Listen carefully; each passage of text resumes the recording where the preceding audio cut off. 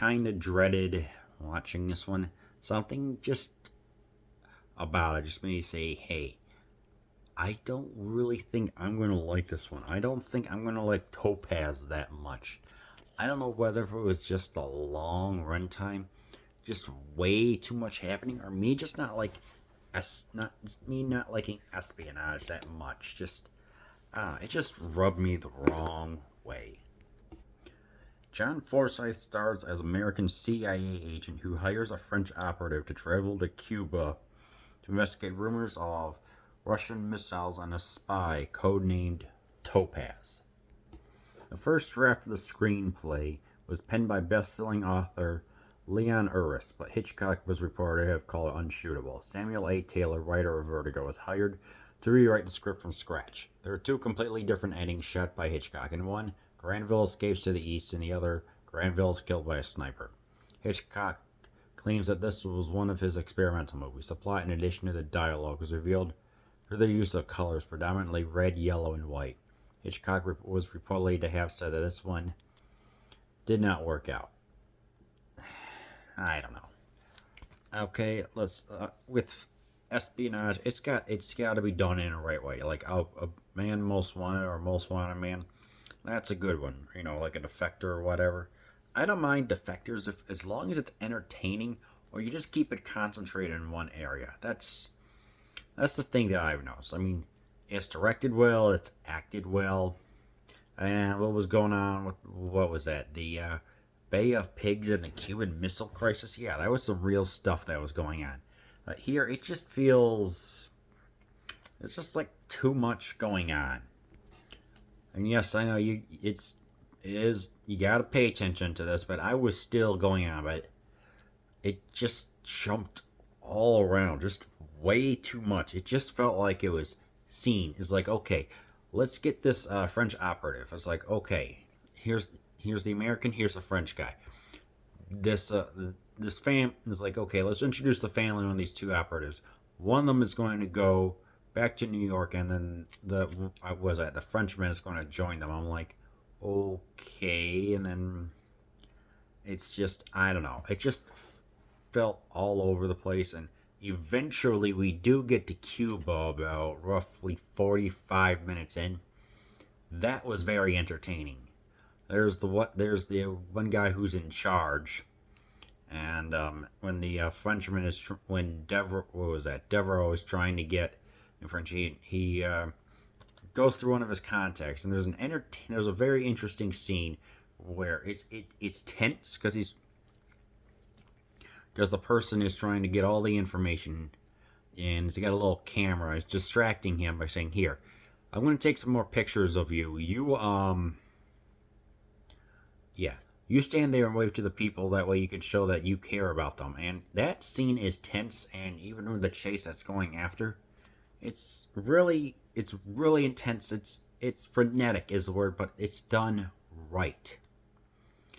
And it's like that. There's also some interesting parts about more into the methods of how they use to transport stuff like film from all the developed pictures. They wind up really tightly put inside like a razor. They'll put like a camera inside a turkey and transport it that way, because who's going to look inside of a stuffed turkey for a camera? And it's like, yeah, I wanted to see more of that. And eventually when they get to Topaz, which is this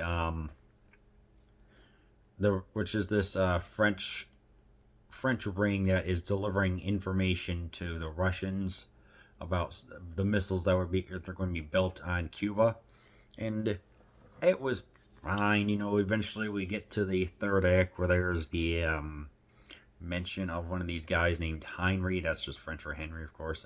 Pierre, P-E-R-R-E, or whatever. I don't know, and honestly, I don't care. And, it's like he's determined to be the rat, but through rather just boring dialogue. And we can see him acting kind of squirrely because, he's the one which caught me by surprise that he was the mole or the information revealer. And it's like, that's good and all.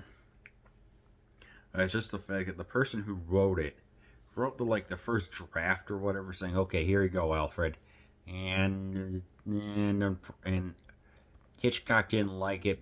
No, it was Leon didn't like the unique sense of humor that Hitchcock has. So ultimately, they just abandoned it, gave it to the screenwriter for Vertigo, and said, "Here, do this." And you could tell that it's two different scripts that are fighting for each other, and ultimately, it just, I don't know, it just does not work. In my opinion, the best parts are when it's in Cuba, when they're trying to get the information. It's like the information is like, I mean, it's pretty rough. There's the guy with the beard, like he manages to bill his secretary because his secretary was incompetent.